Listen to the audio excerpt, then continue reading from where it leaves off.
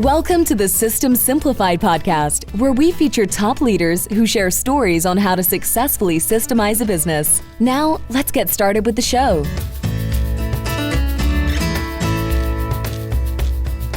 Hello, Adi Klevit here with the System Simplified podcast, where we interview top entrepreneurs, founders, and thought leaders about systematizing a business.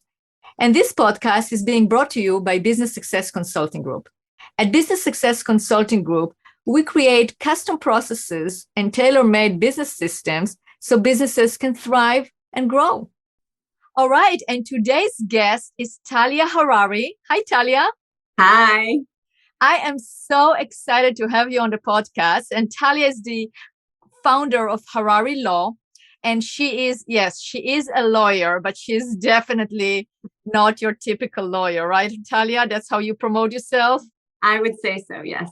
Absolutely. So Talia is going to help us understand what are the legal processes that you have to have in your business in order to be successful and in order to protect your business, to do risk mitigation, and every things that business owners should know and entrepreneurs should know in order to be successful and make sure that the business continues. Exactly. Good. So tell our listeners a little bit about yourself before we dive into the processes from the legal standpoint. All right. So my name is Talia. I am a New York licensed attorney. I built a law firm that has attorneys that practice in different states.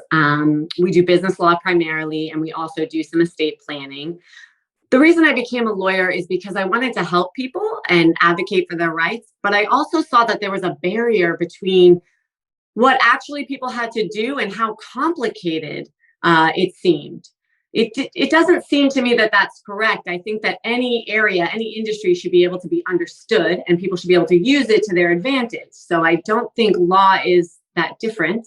And I think that that's my specialty. I explain to people the legal aspects of their business in simple terms. Right. And people can definitely follow you on LinkedIn and social media. I mean, I watch your videos on LinkedIn and you really simplify things, right? You really explain things in very simple terms that everyone can understand. So if our listeners want to follow you, how can they follow you on social media or check it out on social media? Yeah, they can follow me at Talia the Lawyer. Talia the Lawyer. I love it. So Talia is Talia, the lawyer. Talia the Lawyer. Awesome. That's Instagram, right? Yep, that's Instagram. That's where you'll find those videos. And Harari Law Firm is our website. Awesome. Okay. And before we dive into what's legal systems we should set up, every business owner should set up, I'd like to give a big shout out to Shakar Pellet from Feldcare Connect, who basically connected us, and also from Clinic Connect. So they are mutual clients, and I've seen your work in action through helping them, and you're doing a fantastic job. So that's a shout out to both of you. Awesome. And let's talk about systems and legal systems. So processes, systems in a business. So from your perspective, we're going to talk about what systems we have to set in place. But first of all, let's talk about the why. Why is it important to systematize also how you approach your legal affairs in a business? All right. Well, let's think of a system as a recipe. So when you have a recipe, you know that if you do each step, you're going to get the end product that you want. So the same thing when you're thinking about a business or setting up a business, you have to think ahead and you have to kind of plan that out. So if you don't do that, you're not going to end up with things being consistent. It's going to get a little messy. You might not have all the required legal documents or protections in place because you're doing it a little bit piecemeal. With a system, you can predict the outcome that you're going to get. Without a system or a system after the fact, it's going to be a little bit more difficult and a little bit more expensive to handle what you want to handle. For sure. So now let's take the legal aspect, because again, we specialize in documenting processes and procedures for businesses, and we do the HR part, the sales part, the marketing, the operations, the quality control, how they run the business, any business development, they're basically all aspects of a business, anything that you can think about to make it into a recipe or a predictable step-by-step procedure, writing policies, etc. That's what we do. We create the playbooks, we create the manuals. So, but the legal part is not always something that we address, right? In terms of like how a business addresses the legal issues or the legal rudiments that have to be in so they can actually survive and thrive and have continuity and basically address their risk mitigation as well. Totally. So I'd like to create some kind of a recipe for our listeners of all the things that they have to have into place from a legal standpoint and lay it out for them so they can use it and start applying it in the business. That's a great idea. All right, let's start with like the legal entity that they want to pick. There's a couple of entities, right? There's limited liability companies and then there's corporations. So I think when somebody decides what type of business they want, they should also be thinking, okay, how much work do I want to put into this business? Exactly how much corporate housekeeping do I want to do? I would akin it to like having a firstborn and a secondborn. So your firstborn child, you're chasing after them, you're documenting everything in your scrapbook, you're taking pictures constantly. And your secondborn, you're like, he'll survive. He'll be okay. So I look at a corporation as your firstborn. So if you want to do a little bit more work, you can do that work, you're ready for it, then great, set up a corporation. If you want to do a little less work and you know that that's more in your personality and you're a little bit more laid back, then I would set up a limited liability company. From there, we can predict the steps that you're going to have to take to secure yourself. And corporations generally have a lot more corporate housekeeping. That's right. So first of all is the entity itself. Mm-hmm. What other things a business owner should look at or take care of in terms of legal part, the legal aspect? Okay. And the next step is who are you doing business with? So internally, are you doing business with your friends? Great. Everything is rosy and it's peachy and everyone is excited when they start a business. We're going to make a lot of money. It's fun. And that's fine. But I have this golden rule of let's get everything down in writing. Some states require that you have an operating agreement for an LLC or shareholders agreement for a corporation. Even if the state doesn't require it, it would make a lot of sense to have a living, working, breathable document that's going to teach you exactly what you need to do when things are good and the rules that should happen when things are good. And also what happens when things aren't so rosy. So if you set that up ahead of time when everything's good, then okay, if we encounter these problems, these are the steps we need to take. It's written right there. Everyone signed it. Everyone agrees to it. And it prevents a lot of heartache. I can't tell you how many times I have business owners come to me, with a problem amongst their members or shareholders. And I ask to see, okay, well, let me just see your agreement. And they're like, we don't have one. Okay. So having that agreement with existing partners or existing shareholders or an operating agreement for the LLC, who's going to be the managing partner, etc. So that has to be in order. If you're a corporation, as you said, there's more work to do. So you have to have the annual meeting, the annual minutes, etc. Right? So that should be in place as well. Mm-hmm. So corporations they have to meet more. They have to write about their meeting more. It's kind of like when they sneeze, they got to document it. Limited liability companies aren't the same way. It's just more flexible of a feel. So it depends on what you're going for, but that's definitely an important choice to consider ahead of time, because if you keep those, the state looks at an organization as giving you a privilege to work as a business. So in order to keep that privilege, you have to keep those corporate formalities in place. And if you don't, then you don't get that privilege anymore. And then there's something called piercing the corporate veil. So as far as that legal entity setup is concerned, okay, pick the entity you want, do the meetings, make sure you have the operating or shareholder agreements, make sure you fund the company, make sure you have a bank account and you are separating those funds, make sure you're doing everything ethical. And the organization is not just an extension of you, it's actually its own entity. Good idea. Good advice. Absolutely. So, okay. So we have that. And then, so we have to have actually really a process. Like, let's say if you are a corporation, you have to have a process of what to do at the beginning of the year, at the end of the year, mid-year, like how you run your meetings, actually document that process. So all you need to do is just follow up on that, right? Exactly. And that's important. That's very important. And it's important to write, okay, we entered into this lease today. It's important to write, we hired so-and-so employee and the reason why, and this is the salary. Those things are important to document. You don't want to be 7 years, into this business and realize that you haven't been documenting these things because you're not necessarily going to remember them. And that's a lot of work after the fact. Absolutely. Absolutely.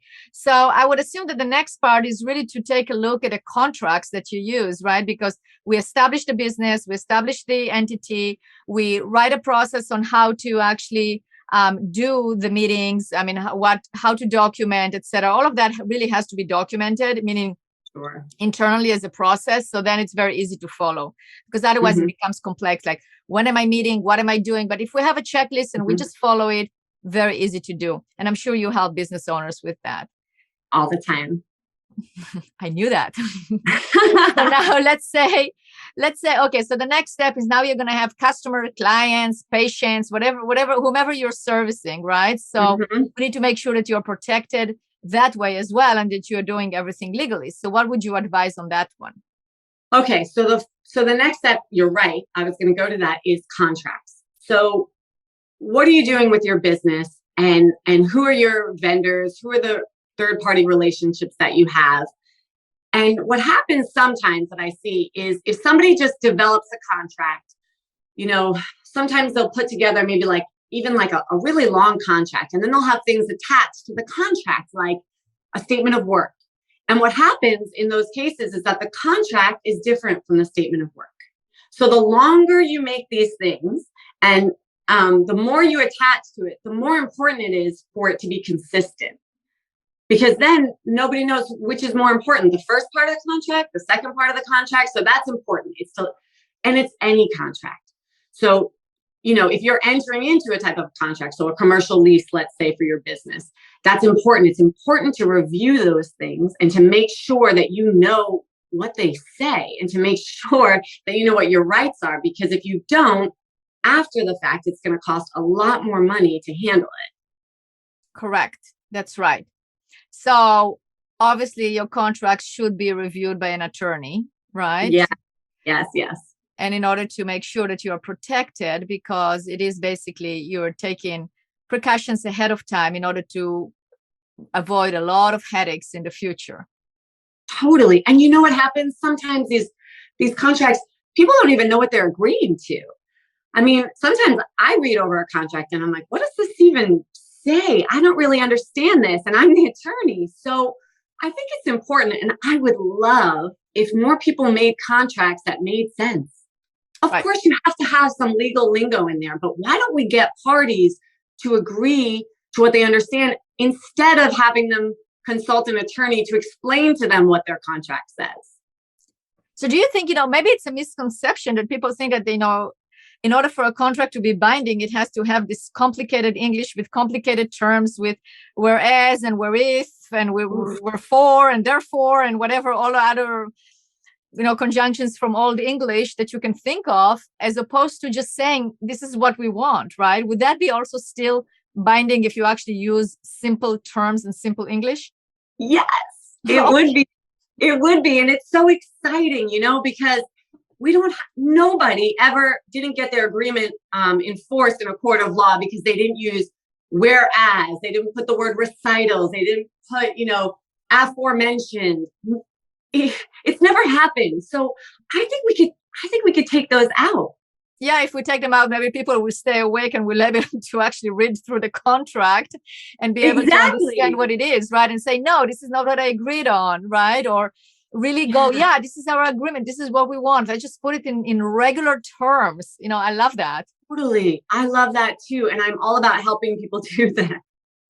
That's awesome. Okay, good. So we covered the building, the entity, then we covered the contracts. And now what other aspects need to be in terms of, from the legal standpoint, when you're operating a business, especially when you have employees? Yeah, the employees is a big one. So sometimes okay, well, first is the very issue of employee or independent contractor. You know, there are states like California who basically don't recognize independent contractors to some degree, right? It depends. They have to be very specifically classified. I mean, I'm being facetious, right? But and then I guess the point is to have the right agreements in place for these people, and not to just think that if you give anybody a non-compete agreement, or if you give them, you know, a mandatory arbitration clause, that you're done and that it's all over with. Some states will not enforce those types of agreements. Some states will only enforce them if people are allowed to optionally say that they don't want to go into those agreements. A lot of people want to create these really lengthy employment agreements, and they're in at-will states.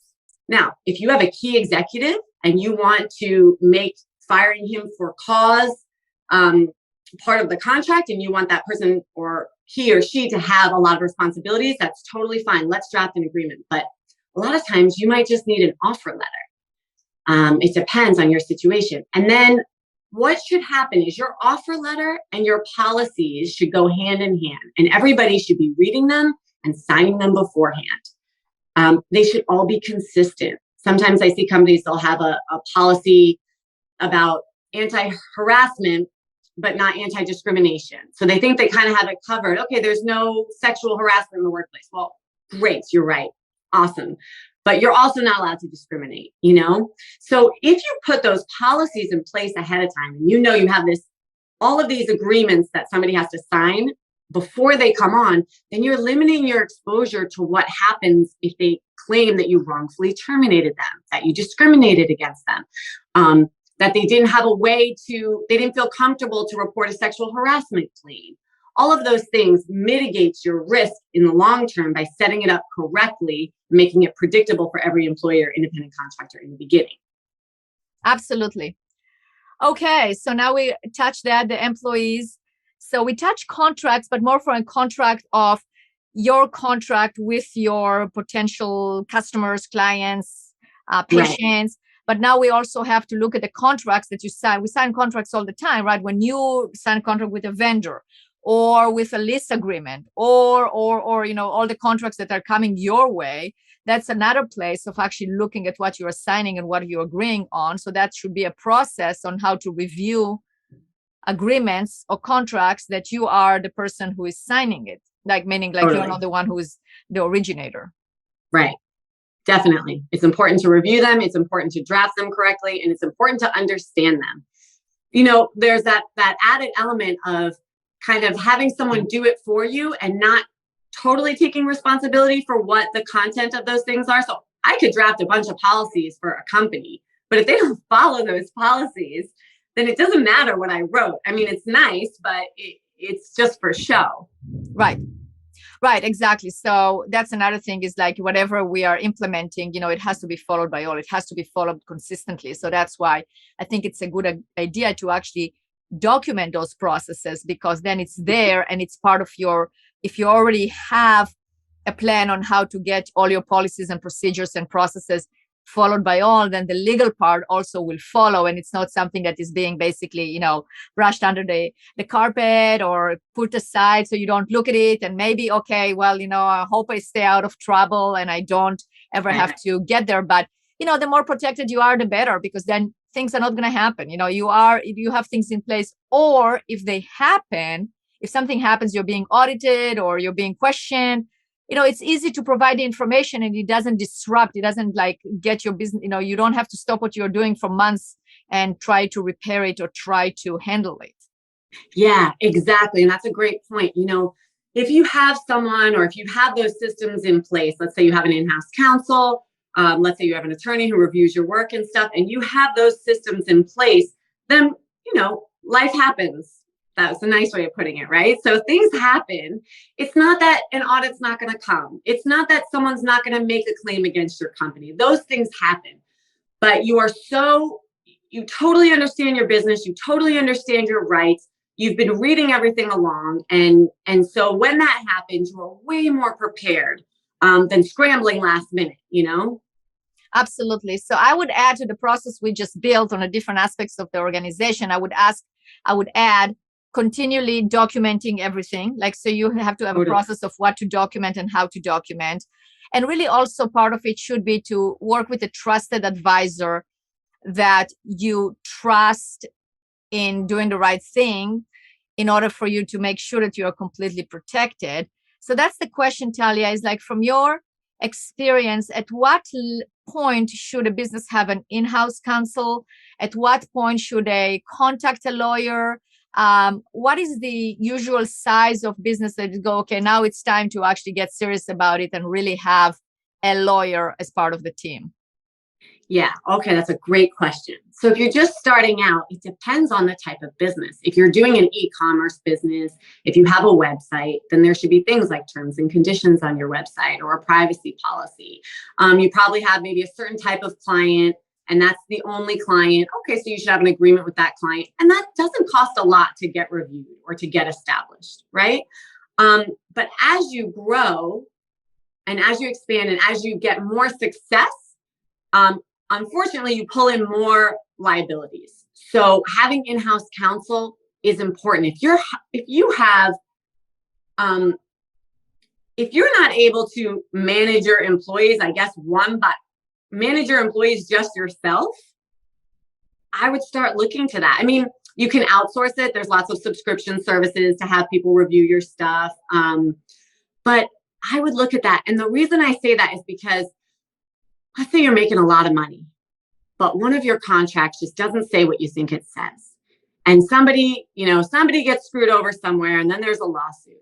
That lawsuit could take down your business. And I don't like to be the grim reaper. And that's not how I sell legal services. It's like, oh, you should be so afraid. But the fact is, it does happen. So there's this expression, I'm too poor to buy cheap shoes. So don't think of like, it's so much cheaper to get someone in-house, even part-time, or, to have an attorney review some stuff than to hire someone when it's going to court. It's just, it's night and day. And it's so much more worth it to put the money up front to protect yourself than to do it later on when bad things are already happening. And on an actual attorney, like on compliance work, I think it should be someone that you can talk to. I think it should be someone that you can trust, that you can talk to, that you feel like you can be open and honest with. I think that's important because someone's got to understand your business to be able to protect it. And, someone's also got to be on the same page and be rooting for you in order to protect you. So if you have a Debbie Downer in your corner who's constantly trying to stop your business with legal, well, that person's not necessarily going to be the right person for you. Some businesses might even need that, right? You're on Amazon, you might need that to some degree, right? That balance of kind of stopping business to make sure that you don't incur massive lawsuits, but also pushing business forward. But, at the earlier stages, you really need someone who's going to help you push that business forward. I think that's important. And I don't think legal should be used as a stop or a threat. I think it helps expand your business.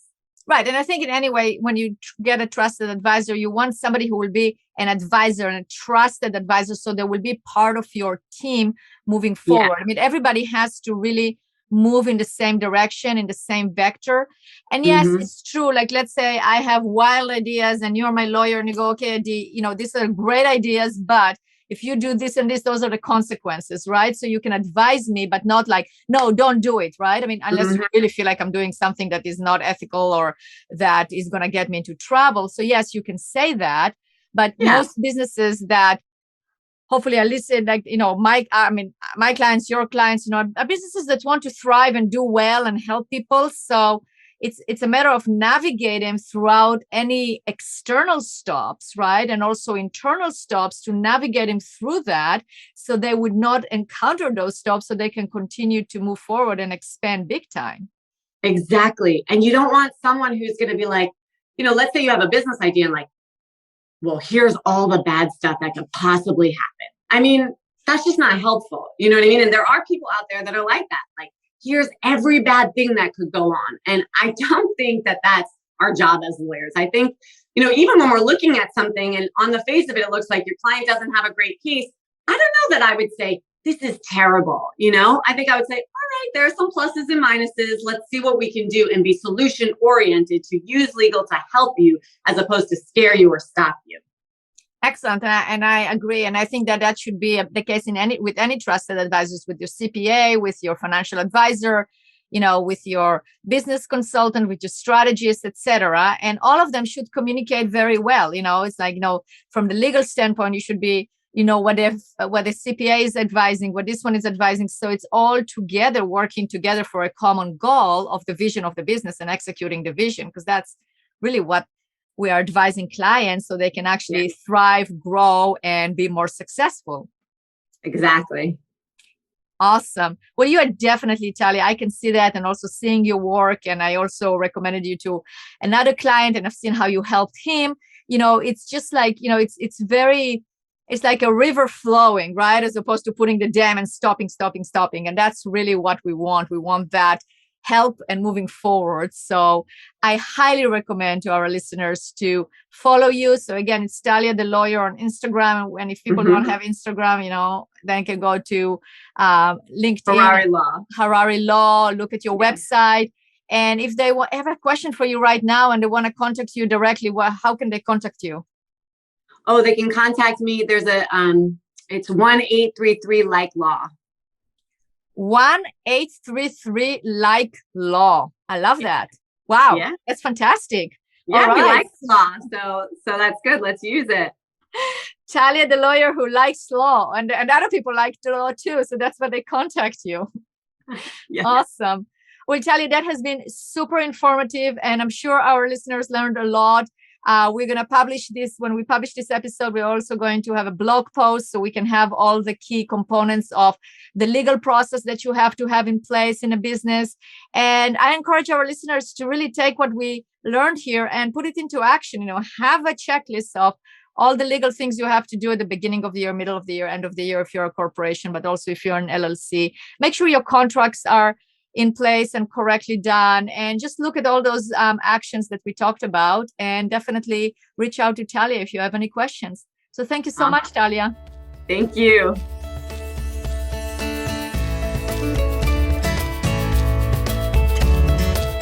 Thanks for listening to the System Simplified podcast. We'll see you again next time, and be sure to click subscribe to get future episodes.